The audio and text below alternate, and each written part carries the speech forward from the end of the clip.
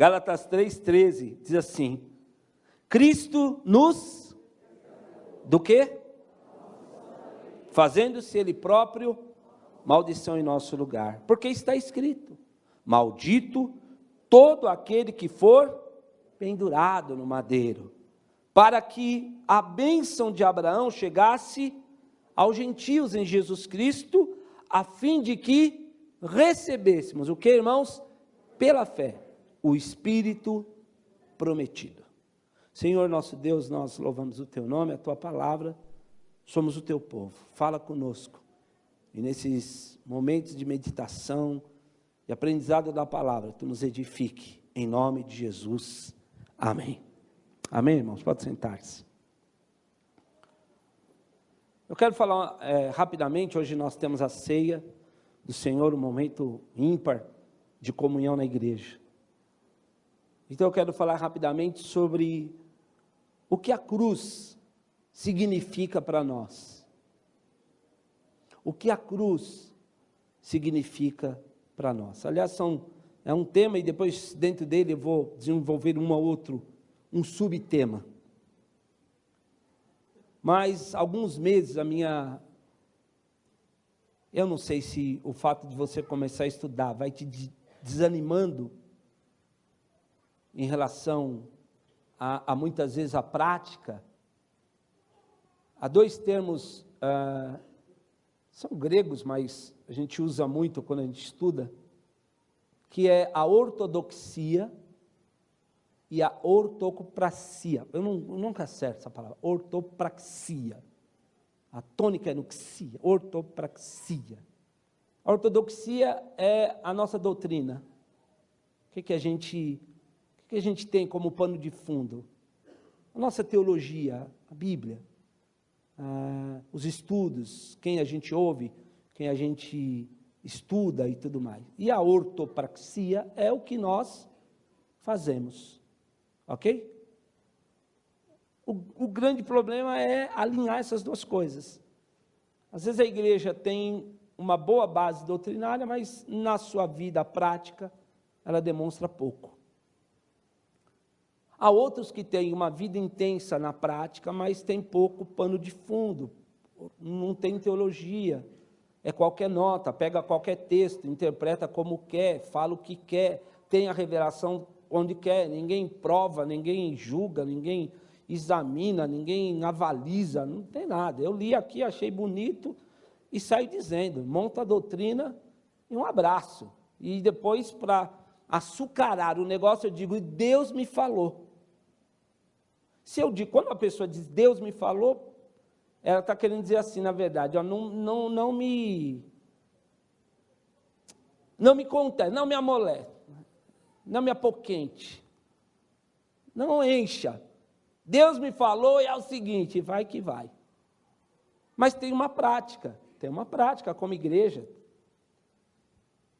E esse problema, esse grande conflito, ele é histórico. E eu quero trazer esse conflito, porque é alguma coisa que tem também nos apurrinhado, assim, na nossa espiritualidade diária, a questão do lugar da cruz. Não obstante a gente cante, não obstante a gente reconheça, não obstante a cruz está em tudo quanto é lugar, está na cabeça, está no pescoço, está na parede. Mas parece-me que o mesmo dilema que Paulo enfrenta aqui na carta escrita aos Gálatas, lá no ano por volta de 80, 90 da nossa era, está de volta. Gálatas 3:1, Paulo começa muito duro, ele diz assim, ó Gálatas insensatos, quem vos fascinou, a vós outros, ante cujos olhos foi Jesus Cristo exposto como crucificado. Irmãos, eu entendo que algumas coisas estão acontecendo aqui, porque eles estão de alguma maneira fascinados com outro modo de vida que não passa pela cruz. Ou eles estão tentando viver uma vida dita no Espírito, sem usar os recursos apropriados por Cristo na cruz. Colossenses 2,14 diz que todo escrito de dívida que pesava contra nós foi cravado aonde? Lá na cruz. Paulo fala aos Efésios, capítulo 1, que Jesus Cristo, tendo vencido principados, potestades, dominadores, tendo aniquilado todo o exército das trevas, ele vence. E para que ele seja o cabeça, ele dá esse poder de vitória para quem?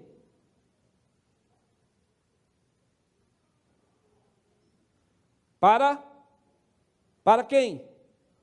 Para o He-Man. O He-Man, porque ele tem o poder de Grayskull, e ele não, irmãos, é claro, ele deu o poder de vitória para você. Quem é a igreja aqui? Não, foi para você. Está muito certo isso, porém, os irmãos lá estavam meio complicados, igual nós hoje. Havia um grupo chamado de judaizantes.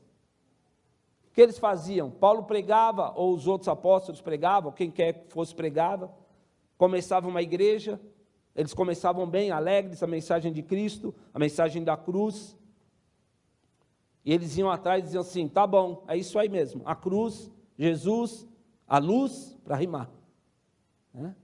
Mas precisa de algo mais. Mas como? Que mais? Precisa de obedecer às ordenanças da lei.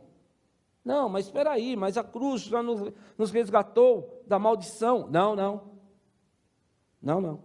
Precisa de ter uma libertação mais ampla. Mas como é? Não, você tem que se lavar 3 vezes ao dia, no mínimo, que é a nossa lei de purificação. Quem é circuncidado aqui? Não é aqui, não, irmãos, calma. Precisa. Era lá. Aí, eram gregos. Pô, você está falando numa região, colônia romana, todo mundo, ninguém. Todo mundo tem que se circuncidar. Não, mas isso aí é de vocês, judeus, não é nossa, não. Não, tem. Irmãos, e isso foi de tal maneira que aqueles que haviam obedecido a Cristo, recebido o Espírito, estavam agora desestimulados a viver dessa maneira e, consequentemente, querendo viver na sua própria força, querendo viver da sua própria maneira. Até ao ler esse texto que nós lemos, em Gálatas 3, salta-nos aos olhos a mesma palavra repetida aqui 3 vezes, que é maldito, ou maldição. E quando você pensa em maldição, você pensa em quê, amado?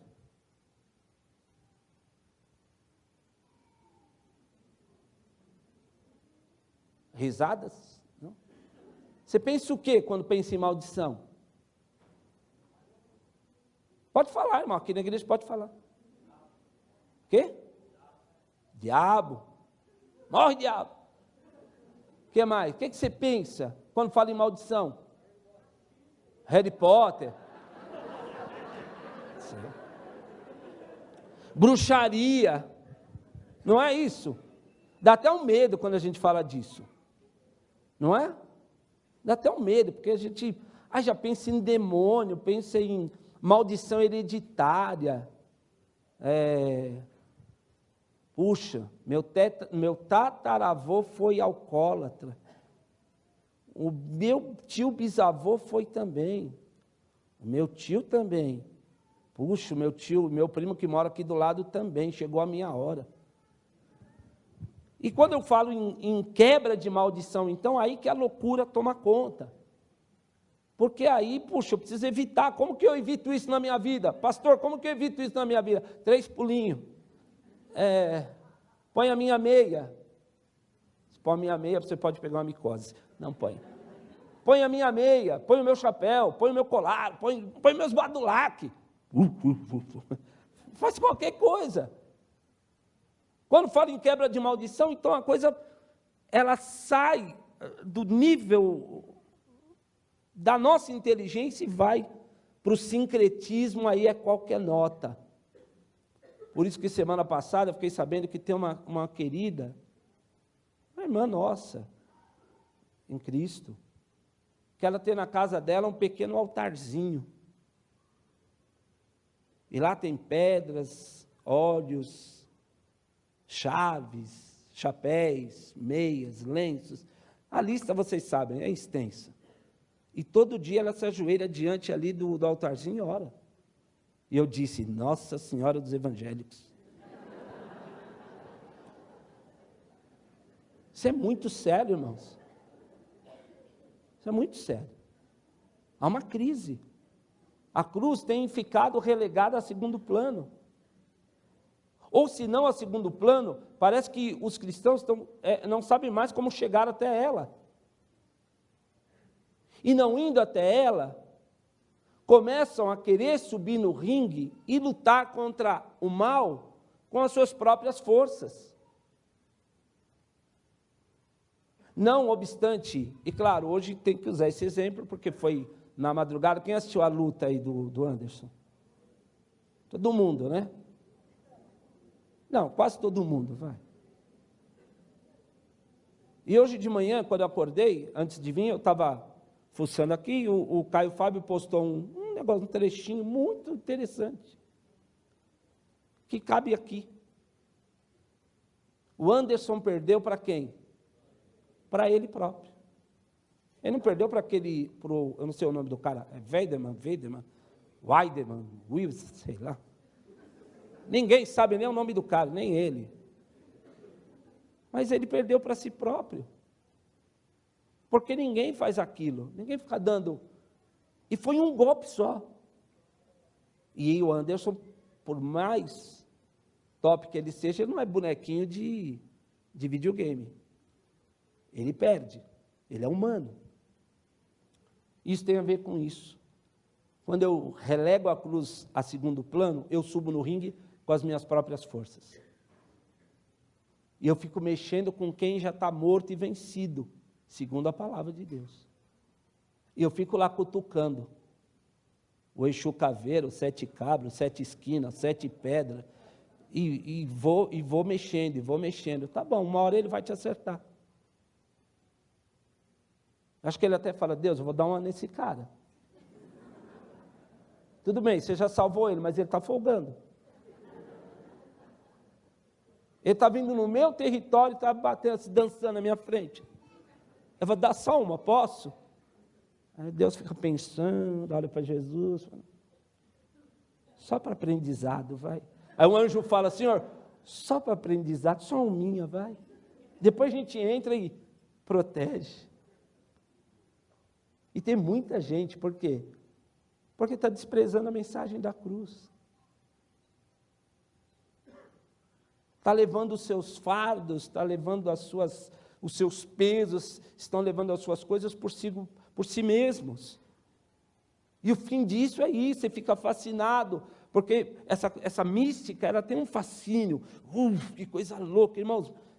Sabe aquela coisa doida de mexer com o oculto é interessante.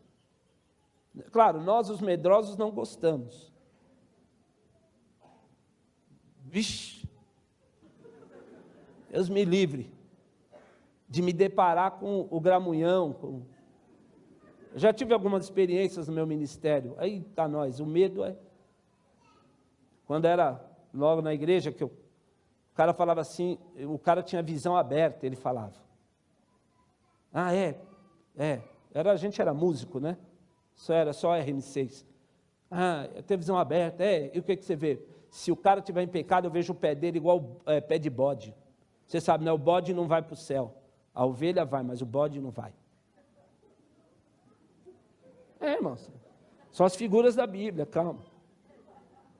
O bode representa aquele que espia, é o que leva os pecados. O cordeiro, a ovelha era... Aí, rapaz, me dá um medo, porque ele ficava sentado assim e ficava olhando. Eu falei, caramba. Aí, na hora que eu cantava, eu punha os 2 pés assim no retorno. Falei, se tiver pé de bode aqui, ele não vai ver, né? A não ser que ele tenha um raio-x nos olhos dele. Mas me dava um medo, irmão. Aí, para tocar na igreja, precisava fazer a tal da cura interior, a quebra de maldição. E eu nunca... Aí vai, tá só crente, meu. Aí cai o cara do meu lado. Eu falei, rapaz, é o demônio motosserra, né, meu? E eu fico olhando, e o cara fez um lance daquele do exorcista, sabe? Que o cara, a menina vira o pescoço assim, E eu estava de um lado assim, e o cara fez assim, e olhou para mim com o olho desse tamanho. Rapaz, eu dei um gelo, subi, eu falei, Deus, eu não. Eu sofri muito com essas coisas. Uma vez tive que expulsar de uma senhora, Senhor, me perdoa. Eu gritei tanto no ouvido daquela mulher, mas gritei tanto, mas tanto, que acho que ela até hoje deve estar mas de medo, de apavoro. Falei... Porque quando a gente pensa em quebra de maldição, a gente pensa nessas coisas. A gente não pensa que tem que ir até a cruz. Na década de 80, Vencedores por Cristo cantavam uma música, a gente canta às vezes, chama Mente e Coração. Eles dizem, como é bom poder aos pés da cruz depositar este meu fardo pesado e árduo de carregar, e não ter que andar ansioso de nada, a não ser tudo entregar a Cristo em grata e súplice oração. A igreja ali da Galácia estava passando por esse momento. As obras da lei, aquilo que eles podiam produzir a partir de si próprios, estava sendo mais forte do que a mensagem da graça. Muito mais forte do que a mensagem da cruz. E eles pensavam que aquilo os estava conduzindo a uma vida no Espírito, e Paulo fala, não está. Ó insensatos Gálatas. E para não xingar ninguém, para vocês não brigarem comigo, até porque agora eu sou um pastor visitante, aí vocês vão falar para o pastor titular, fala, não traga mais esse cara aqui, não vou falar, mas é a Bíblia que está dizendo, que tipo de insensatez é essa que tem nos atacado? Em que a gente prefere mais o que é o culto, do que a verdade pétrea da palavra de Deus. E foi pensando nessas coisas que o Espírito Santo de Deus tem falado ao meu coração. Que para achar o caminho, que leva ao caminho, é preciso viver em arrependimento. E quando eu fui estudar arrependimento, que só no Novo Testamento aparece algo em torno de 23 vezes, a palavra arrependimento no grego é metanoia. Metanoia. Metanoia significa mudança de mente. Irmãos, nós precisamos de metanoia para voltar para a cruz. A gente precisa mudar o nosso modo de pensar, até pensar a própria Escritura. Nós precisamos de entender que a proposta da cruz é mais profunda. A proposta da cruz é uma chamada para a transformação permanente, que só se dá pelo arrependimento. João Batista, quando vem pregando, ele diz, arrependei-vos, porque é chegado o reino dos céus. Isso vocês sabem, João Batista, ele é o caminho, ele é a voz do deserto que prepara o caminho para que venha Jesus. E nós precisamos de achar esse caminho, porque quando a gente fala de cruz, mal ou menos, não precisa ser nenhum tratado teológico, todos nós sabemos que cruz significa o quê? O que a cruz significa? Cruz significa o quê, irmãos? Pode falar, não vou zoar não. Salvação. Isso é o produto dela. Mas o que cruz significa? Morte. Maldito todo aquele que for pendurado no madeiro. Aliás, a morte na cruz era a pior punição para os piores criminosos. Quando eu falo de cruz, estou falando de morte. Quantos aqui estão dispostos a ir para a morte? As portas estão trancadas, não querendo correr. Gás serão lançados, já que nós estamos na era do gás, o gás será lançado nas escadas. Ninguém quer ir para a morte. É claro. É óbvio, vou explicar. Essa morte física é óbvio que ninguém quer ir, nem eu. Mas um dia, quer dizer, a gente ora. Lá em casa a gente tem uma oração, Senhor, que venha o arrebatamento antes da... Porque ninguém lá em casa gosta de morrer, é muito chato. Morrer é um troço chato. Mas se Deus, uma hora ela nos abraça. Morte. Mas aqui, quando nós falamos da mensagem da cruz, nós estamos falando aonde eu deposito, aonde eu estou, porque Paulo fala em Romanos 4, que nós somos semelhantes a Jesus na sua morte, não é isso? Nós somos sepultados com Ele na morte pelo batismo, ressuscitados em glória com Ele, para vivermos agora em novidade de vida. Romanos 6,4. Só que eu preciso achar esse caminho. A minha crise, se eu posso dizer assim para você, está nessa. Porque às vezes eu fico olhando, eu falo, poxa, eu estou com a minha pregação aqui toda reformadinha, eu tenho que estudo, eu vou nos léxicos, eu vou ver, eu vou aqui, vou ali, vejo o contexto, vejo isso, vejo aquilo, vejo quem escreveu, para quem escreveu, como escreveu, eu vejo o momento, enche a minha cabeça, fico com a cabeça até latejando. Aí vem um cara do lado lá e joga a meia, e a igreja dele lota e a minha continua pequena. Dá uma neura, viu, nós? Será que eu estou acabando com a fé? Eu estou acabando com a fé de vocês, irmão?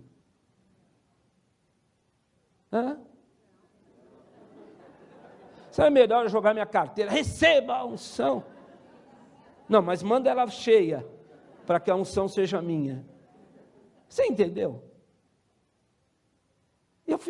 Eu tenho orado, eu confesso para vocês, irmãos, eu tenho orado. Outro dia até brinquei lá em Osasco, falei, a gente está estudando as bem-aventuranças, e a gente foi estudando tão assim, simploriamente, que foi dá vontade de parar e com tudo e plantar tomate. Porque Jesus está falando de algo que nós estamos completamente oposto. Já ouviu aquela palavra assim, bem-aventurando os mansos, porque eles herdarão o reino? Quem já leu isso? Lá em Mateus 5. Cara, você vai estudar aquilo, você fica boquiaberto, porque manso não é esse bonzinho que nós somos, que crente não fuma, não bebe, não rouba e não mata. E a gente fala, Senhor, nós somos todos mansos. Você não vê que na igreja a gente nem grita? Aqui tem um ambiente, você vem gritando ali, quando você entra aqui, a bata da santidade entra, a gente fala baixinho. Isso não é nada de manso. Aliás, esses caras que se dizem mansos, soubessem o que é biblicamente manso, eles paravam de pregar. Porque manso é aquele que se conforma com a vontade de Deus. E diz, quem se conforma com a vontade de Deus, já herdou o reino, porque o reino é dos que aceitam a vontade de Deus. Não é fácil? Aí o cara fala, eu sou manso, por quê? Porque eu não brigo com ninguém. Eu não xingo ninguém, nem palavrão eu falo. Que jóia, irmão, o céu é teu. É nada. Toma cuidado, senão você vai parar na fila da esquerda. Mas isso é outra pregação. Voltemos para cá, porque eu só tenho 10 minutinhos.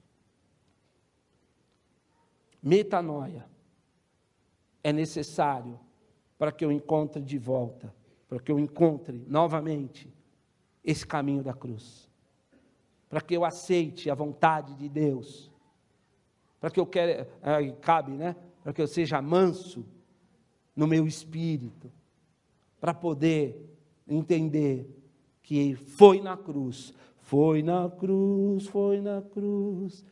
que um dia eu vi meus pecados castigados em Jesus, foi ali pela fé que meus olhos abri.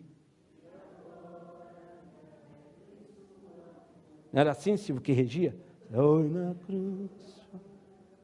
Reverence, love, Jesus, glory. É em línguas, irmãos.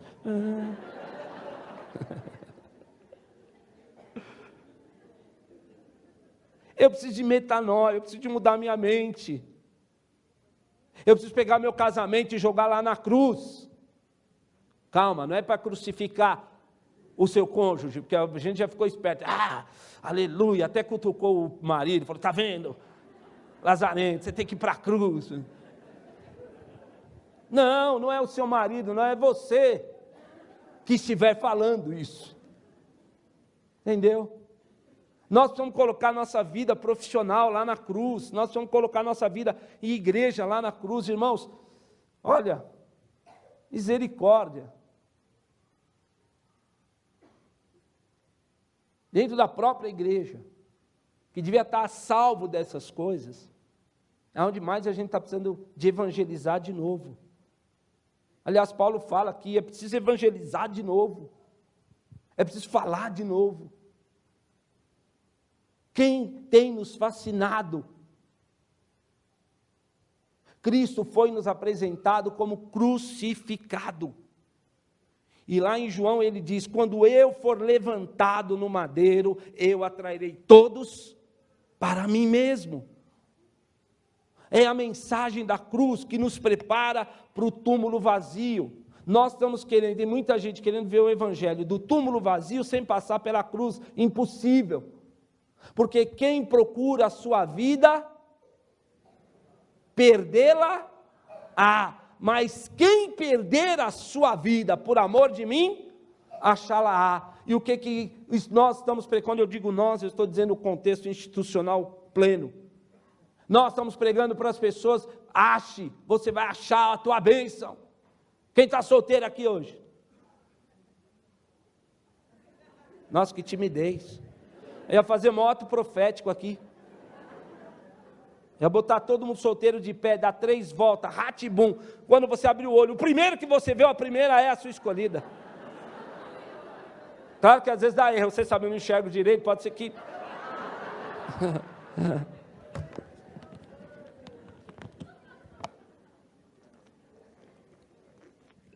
Desculpa, irmão, é o remédio. Eu estou cada vez mais... leg. Então, até esqueci. O que eu estava falando? Do casamento. Solteiro. Eu estou brincando, sei o que eu estava falando. O que é mesmo? Põe na cruz. Morre. Uma boa briga essa de casal, né? Morre. Não, é de brincadeira, não é isso. Irmão, abre mão do seu orgulho, para de subir no ringue com as suas próprias forças, para de dançar na frente do capeta, achando que ele não vai te atingir. Ele só não nos atinge por causa do sangue de Cristo vertido na cruz. Amém? Por isso que o vampiro tem medo da cruz.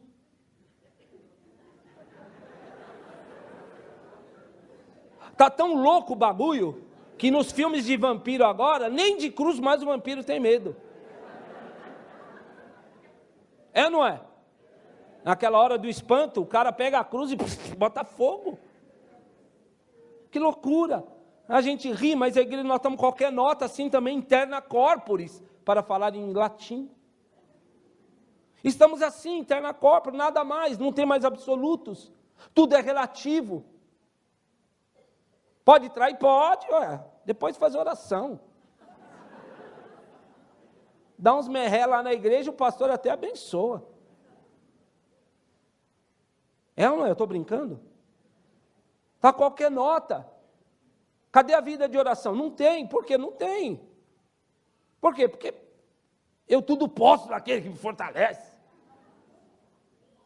Não tem confissão, até porque pecado não é mais pecado. Eu não, aliás, não posso falar mais o que é pecado, senão posso ser processado. Está ruim o negócio para nós. Aliás, eu acho que eu vou pegar uma liminar já, aproveitar que eu não pago advogado, que eu mesmo sou, eu pegar uma liminar, que eu posso falar o que eu quiser. Se vier alguém, ó, tá liminar aqui, não pode me prender, porque é livre, eu tenho que ficar brigando agora. Mas está relativizado tudo, está uma baderna. E aí, para santificar a coisa, a gente fala, eu estou na cruz, irmão. Que cruz, mano? Você quer estar no conforto do Camaro amarelo.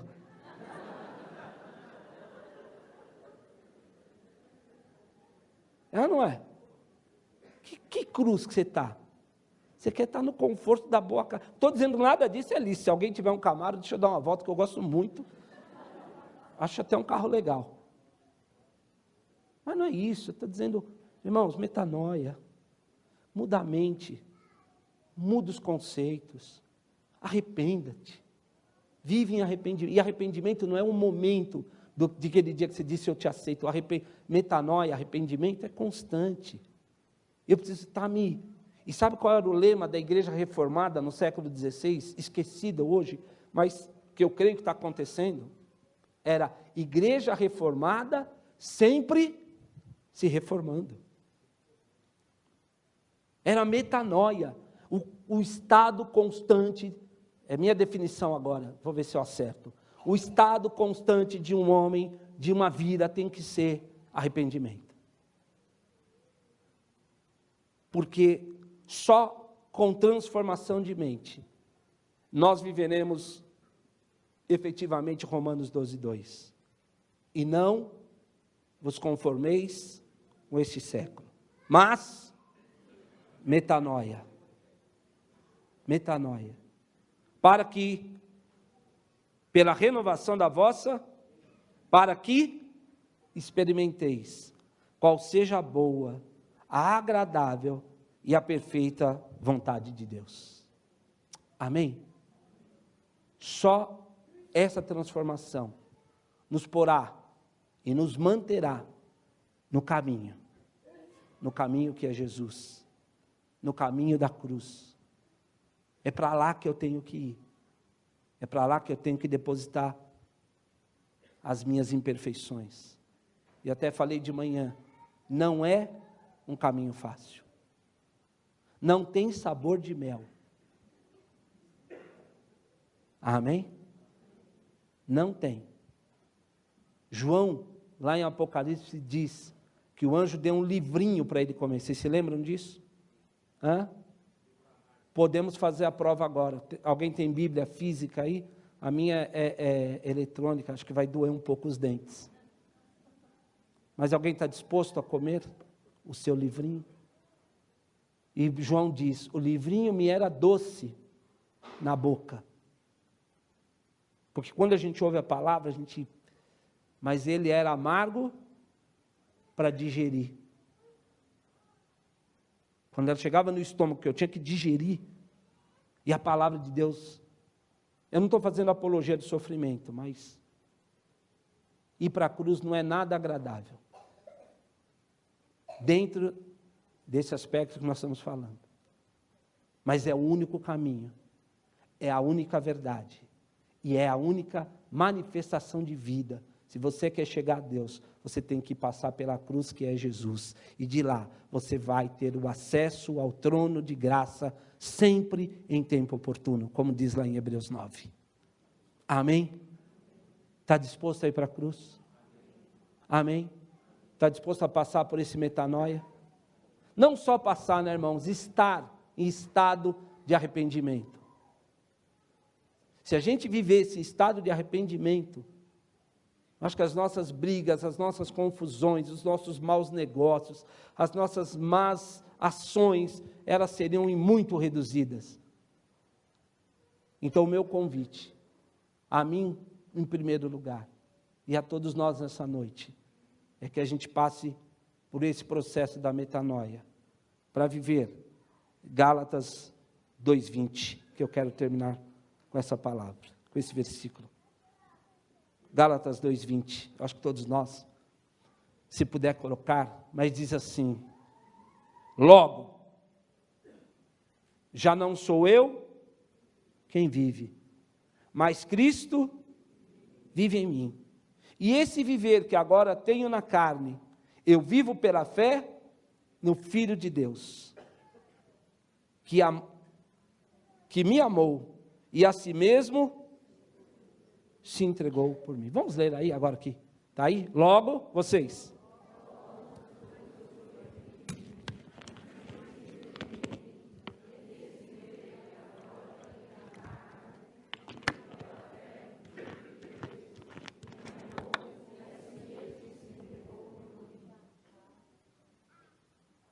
Amém? E ele termina assim, acho que arrebentando. Ele disse: eu não anulo a graça de Deus.